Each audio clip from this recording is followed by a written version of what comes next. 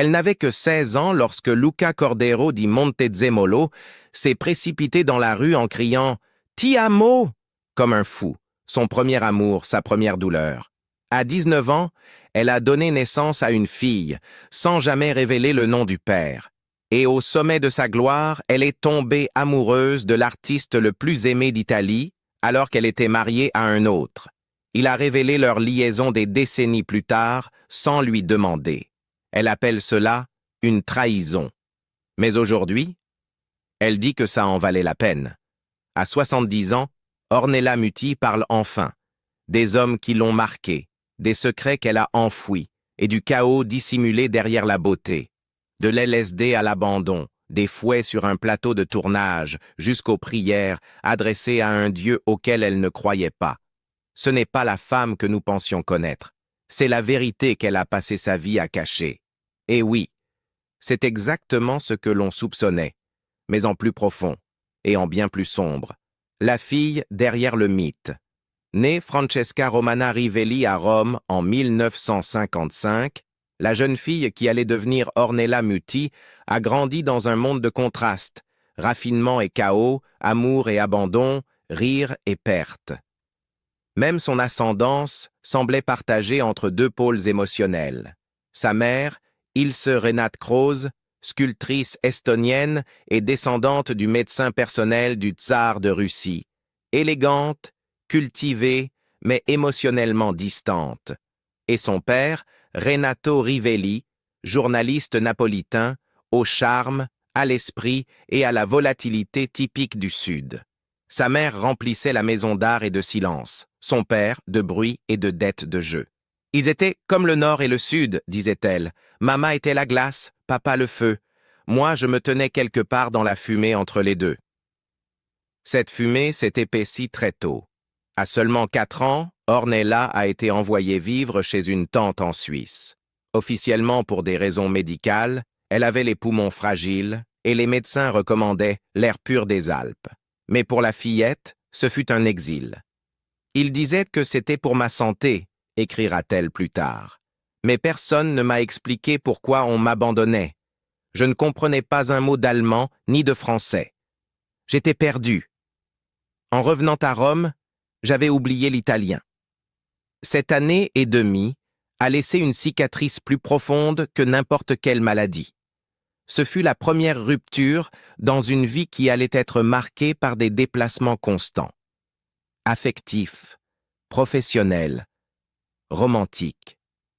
Je crois que le sentiment d'être déplacé a commencé à ce moment-là, confiera-t-elle, et ne m'a jamais quitté. Même quand j'étais célèbre, j'avais toujours l'impression de ne pas appartenir, ni au cinéma, ni à l'amour, parfois même pas à ma propre peau. À 11 ans, le drame frappe à nouveau.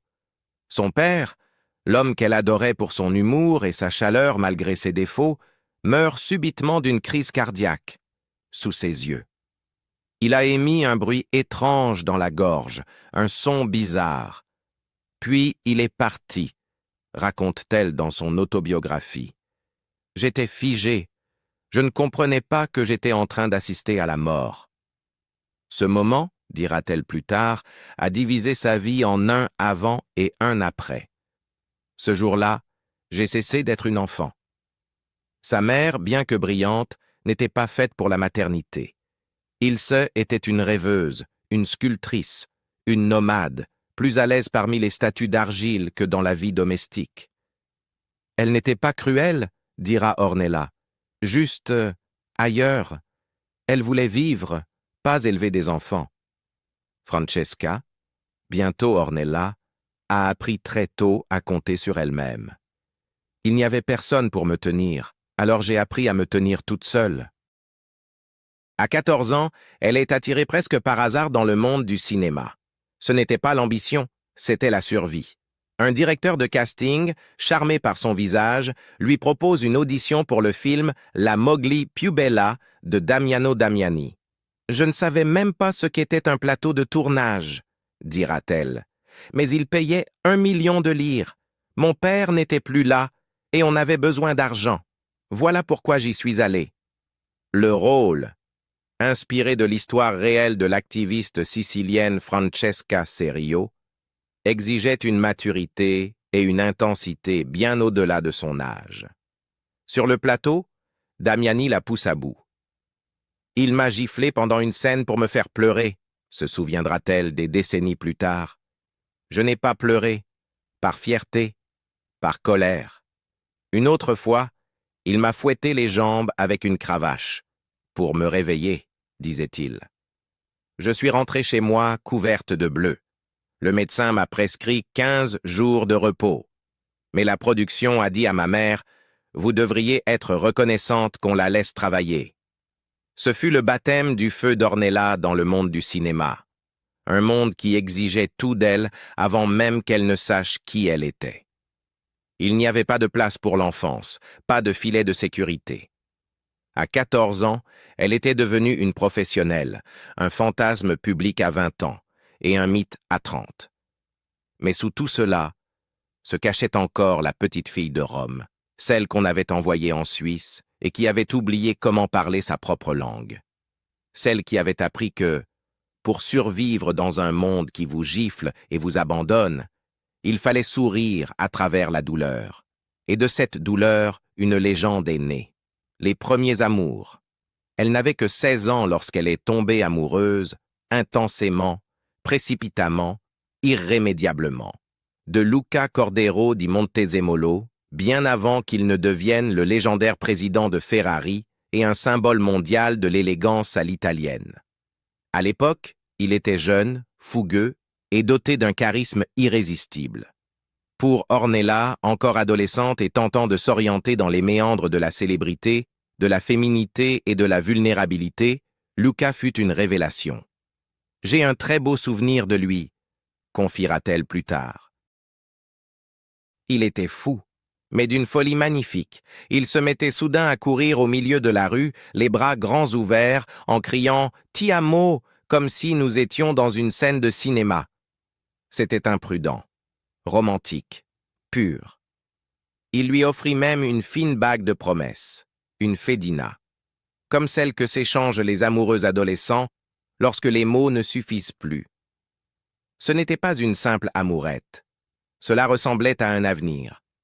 Elle adorait sa spontanéité, son rire, sa capacité à la faire se sentir vivante. « J'ai toujours aimé rire », avoua-t-elle, et il me faisait rire comme personne. Mais les amours de jeunesse, surtout dans les cercles sociaux très en vue de Rome, survivent rarement à la réalité. Un jour, sans prévenir, tout s'arrêta. Pas par une dispute, mais par un silence. Il a choisi une autre femme, dira-t-elle des décennies plus tard, avec une pointe de tristesse. Quelqu'un de plus altolocata, de plus haut rang. Elle s'appelait Sandra. Il l'a épousée. Ornella ne versa pas de larmes en public. Mais ce chagrin d'amour ne s'est jamais vraiment effacé. À peine 3 ans plus tard, à 19 ans, sa vie allait à nouveau basculer. Cette fois avec la naissance de sa première fille, Nike. La grossesse fit sensation, et Ornella, déjà célèbre, refusa de révéler le nom du père. Les tabloïds s'en donnèrent à cœur joie. La plupart pensaient qu'il s'agissait de José Luis Bermúdez de Castro, un riche producteur hispano-cubain, marié, de plusieurs décennies son aîné. Ils avaient été liés sentimentalement au début des années 1970, et la chronologie correspondait. Mais Ornella resta muette. Et Naïke prit le nom de famille de sa mère. Ce n'est qu'en 2018 que Naïke décida elle-même de mettre fin aux rumeurs. Elle fit un test ADN. Le résultat? José n'était pas son père.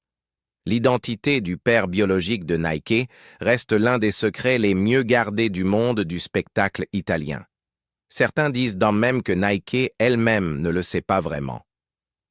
Ornella, malgré des décennies de questions insistantes, n'a jamais confirmé, ni démenti, aucun nom. Elle se contente de sourire et passe à autre chose. Comme pour dire, certaines choses n'appartiennent qu'à nous. 2 mariages, une trahison. À seulement 20 ans, Tout juste auréolée de son premier grand succès au cinéma, Ornella Muti épouse l'homme qui avait été présent dès le début, l'acteur Alessio Orano. Les deux s'étaient rencontrés en 1970 sur le tournage de La Mowgli più bella. À l'écran, leur alchimie était électrique. En dehors, ils étaient inséparables. Une romance de plateau classique, pleine de passion juvénile et de l'illusion que la célébrité partagée pourrait, d'une manière ou d'une autre, protéger deux êtres du poids de la réalité. Leur mariage, célébré en 1975, fut discret, mais d'une grande valeur symbolique pour Muti. Un moment où elle espérait enfin construire cette famille stable et aimante qu'elle n'avait jamais eu enfant. Mais au moment même où elle disait « oui », elle était déjà mère.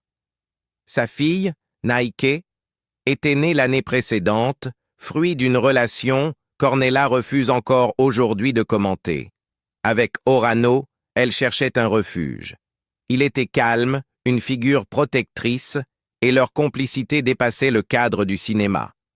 Mais le conte de fées ne dura pas. Les pressions de la célébrité, les turbulences émotionnelles de leur jeunesse et l'absence de fondation solide finirent par les éloigner peu à peu. En 1981, 6 ans après leur union, le mariage prit fin discrètement mais définitivement. Pas de scandale, pas de tempête médiatique. Juste deux vies qui ne parvenaient plus à avancer ensemble. Puis vint Federico Fascinetti. Entrepreneur éloigné du tumulte du show business, Fascinetti était tout ce qu'Orano n'était pas. Réfléchi, ancré dans le réel, tourné vers les affaires. Pour Muti, il représentait un nouveau départ, une chance de stabilité. Ils se marièrent en 1988 et eurent 2 enfants ensemble. Carolina, née en 1984, et Andrea, en 1987. Tous deux suivront les traces de leur mère en devenant acteurs, bien que toujours à l'ombre de son immense notoriété. Pendant un temps, ils incarnaient l'image de la famille parfaite. Ornella déclara même en interview que Federico était « le grand amour de ma vie ».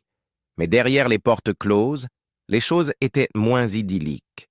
Le mariage, certes plus mûr que le précédent, fut tout de même fissuré par la trahison, la sienne, et peut-être aussi la sienne à lui. Puis survint la révélation, longtemps murmurée dans les magazines à scandale mais jamais confirmée jusqu'à présent. Ornella Muti avait trompé son mari, Celentano, la liaison qui a tout changé, et pas avec n'importe qui, avec le Adriano Celentano, l'un des artistes les plus emblématiques d'Italie, alors encore marié à Claudia Mori. La liaison s'est embrasée sur le tournage de Innamorato Pazzo en 1981. Bien que leur alchimie ait déjà fait des étincelles 1 an plus tôt dans Il Bisbetico Domato. À l'écran, ils formaient un duo comique explosif. En dehors, ils étaient nés bien plus dangereux. Leur connexion était électrique, intime, espiègle, indéniable. L'équipe le ressentait, le public le percevait, la presse les pourchassait. Mais pendant des années, ils ont tous deux nié, jusqu'à ce que, des décennies plus tard, Celentano admette la vérité au détour d'une interview. Sans avertissement, sans prévenir. Une confession publique qui prit Ornella complètement de court. Il l'a dit sans me demander, se souvient-elle, la voix teintée de colère et d'incrédulité. C'était une violation. On avait été si prudent pendant des années. Je pensais que cette partie de ma vie était enterrée. Et puis, boum, il décide de tout ressortir sans même m'en parler. Pourquoi? Ce moment-là, elle l'a reconnu plus tard, fut l'un des rares de sa vie où elle s'est sentie exposée au public, sans consentement. Une partie de son histoire livrée au monde, mais pas à ses conditions. Et pourtant, elle ne l'a pas nié. Bien au contraire. C'était la seule trahison de ma vie, a-t-elle confié dans son autobiographie publiée en 2025. Et oui, c'était une histoire d'amour. Pas seulement de sexe. Je ne crois pas au sexe sans amour. Je n'y ai jamais cru. L'aventure fut brève, mais inoubliable. Peut-être que j'ai trompé parce que j'avais été trompé, a-t-elle réfléchi. Mais peut-être que c'est juste l'excuse qu'on se donne quand on n'ose pas affronter la vérité. Adriano était marié. Elle aussi, avec Federico Facchinetti. Mais le charme de Celentano la désarma complètement. Il était drôle, et je tombe toujours amoureuse de ceux qui me font rire. Serait-elle restée avec lui si les choses avaient été différentes? J'aurais continué la relation, dit-elle simplement. Mais ça s'est terminé. Et peut-être que c'était mieux ainsi. Des années plus tard, même sa fille Nike se souvient de sa présence. Je me rappelle quand il venait à la maison, dit-elle. J'étais toute petite. La vérité, une fois révélée, ne disparaît jamais vraiment. Et pour Ornella Muti, ce chapitre, aussi bref fut-il, a laissé une trace que même la gloire ne pourra jamais effacer. Chirurgiens esthétiques, français, et l'adieu final. Après l'effondrement de son mariage avec Federico Facchinetti et les séquelles émotionnelles de la liaison avec Celentano, Ornella Muti est entrée dans une nouvelle phase de sa vie, marquée non plus par les tapis rouges ou les gros titres scandaleux, mais par une quête silencieuse, presque intime, d'équilibre. Elle ne cherchait plus simplement un compagnon.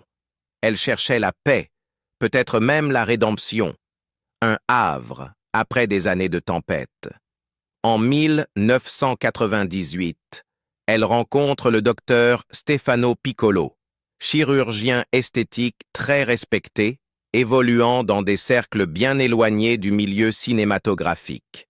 Élégant, intellectuel, profondément attentif, Piccolo lui offrit quelque chose qu'elle n'avait jamais vraiment connu auparavant. Un sentiment de normalité, de calme domestique.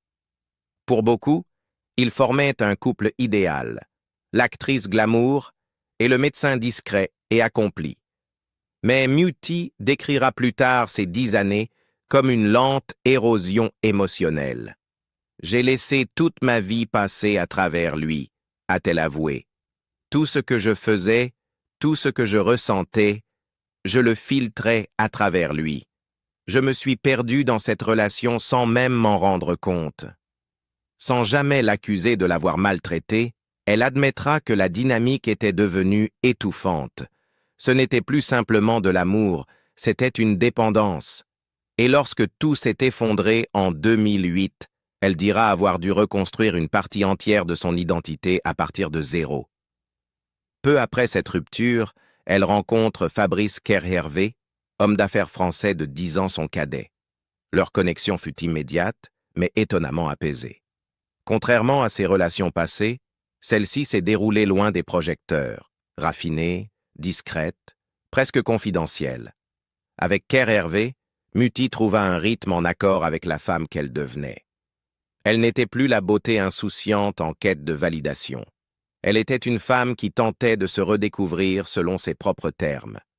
Ils ont passé beaucoup de temps à l'étranger, notamment en Russie, où Ornella jouit depuis longtemps d'une immense popularité et ressent un lien spirituel profond, en partie dû à ses origines estoniennes. Ce fut une période d'exploration culturelle et de repli personnel.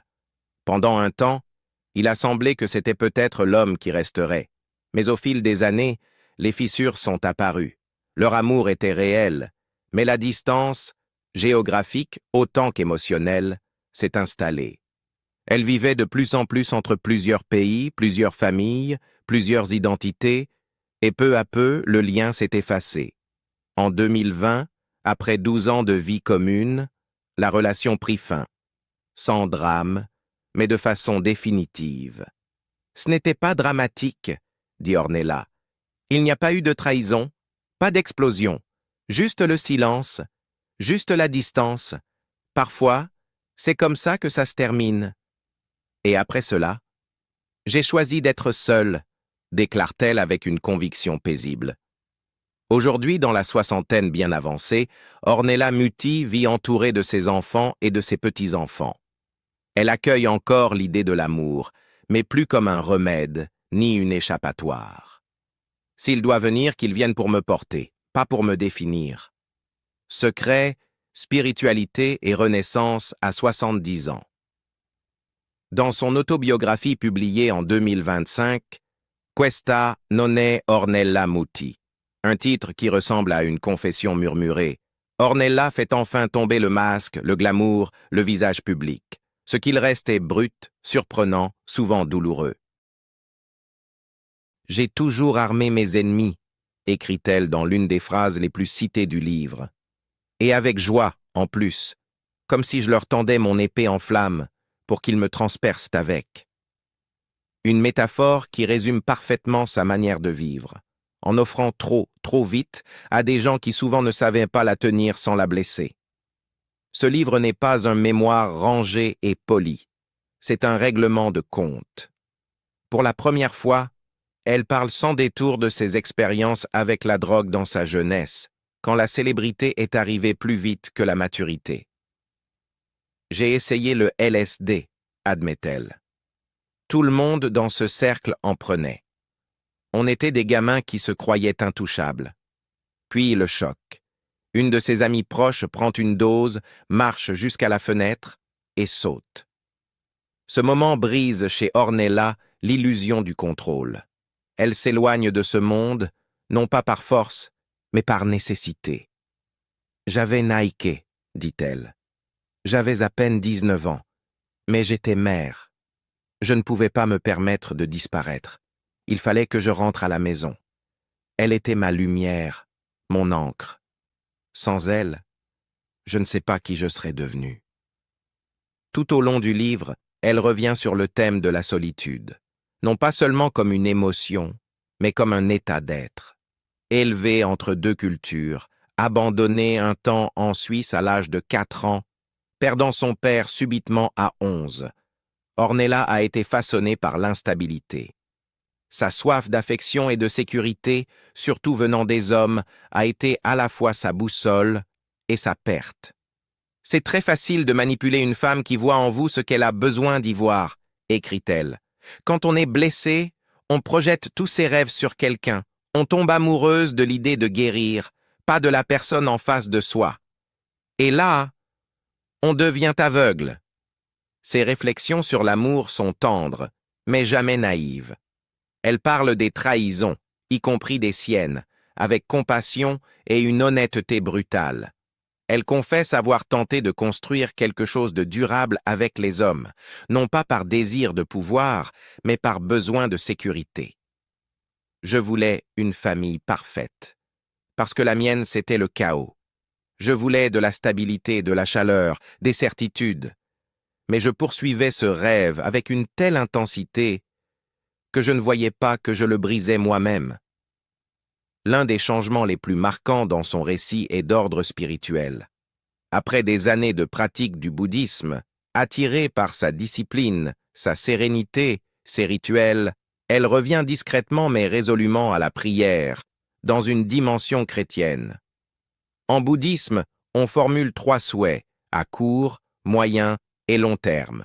Et j'ai fait ça, fidèlement, pendant des années, écrit-elle. Mais rien n'est jamais venu. Et un jour, j'ai juste prié Dieu. Pas un mantra, Dieu. Et en 1 semaine, tout s'est adouci. Les gens ont changé. Le poids s'est allégé. Je me suis senti en sécurité parce que j'ai cru que quelqu'un veillait sur moi. La foi pour Ornella n'est pas un dogme, c'est un refuge. Aujourd'hui, à 70 ans, elle parle souvent de ses enfants et de ses petits-enfants, non seulement comme des fiertés, mais comme sa rédemption. Nike, née alors qu'elle n'était encore qu'une adolescente, reste son lien émotionnel le plus fort. « On a grandi ensemble, dit-elle. Elle n'était pas seulement ma fille, elle était ma sœur, mon miroir, mon fil de vie. » Carolina et Andrea, ses enfants avec Federico Facchinetti, ont tous deux suivi ses traces dans le monde du cinéma. Mais ce sont ses 4 petits-enfants, Akash, Alessandro, Giulia et Edoardo, qu'elle appelle désormais les véritables amours de ma vie. Et pourtant, quand on lui repose, une dernière fois, la question sur l'homme qui a mêlé passion et regret dans sa vie, elle ne scie pas. Adriano Celentano. La trahison, Le scandale, les conséquences. Le referait-elle si elle le pouvait? Elle sourit avec une clarté que seul le temps peut offrir. Je le répète, écrit-elle dans le dernier chapitre. Ce fut la seule trahison de ma vie, et elle en valait la peine. Puis, une pause, et une dernière phrase, douce mais déterminée. Je crois encore en l'amour. Celui qui vous prend dans ses bras sans vouloir vous réparer. Celui qui vous caresse les cheveux quand vous êtes dans le noir, et qui reste. Une liaison secrète avec Celentano, une paternité dissimulée, le silence d'une mère, une gifle d'un réalisateur et un cœur brisé encore et encore. Et pourtant, elle affirme « Je crois en l'amour ». À 70 ans, Ornella n'a plus rien à prouver, mais encore tout à dire. Et vous? Quelle révélation vous a le plus surpris? Pensez-vous qu'elle a eu raison de pardonner? Dites-le nous en commentaire. Et si vous voulez d'autres histoires secrètes de légendes que vous pensiez connaître, aimez, partagez et abonnez-vous.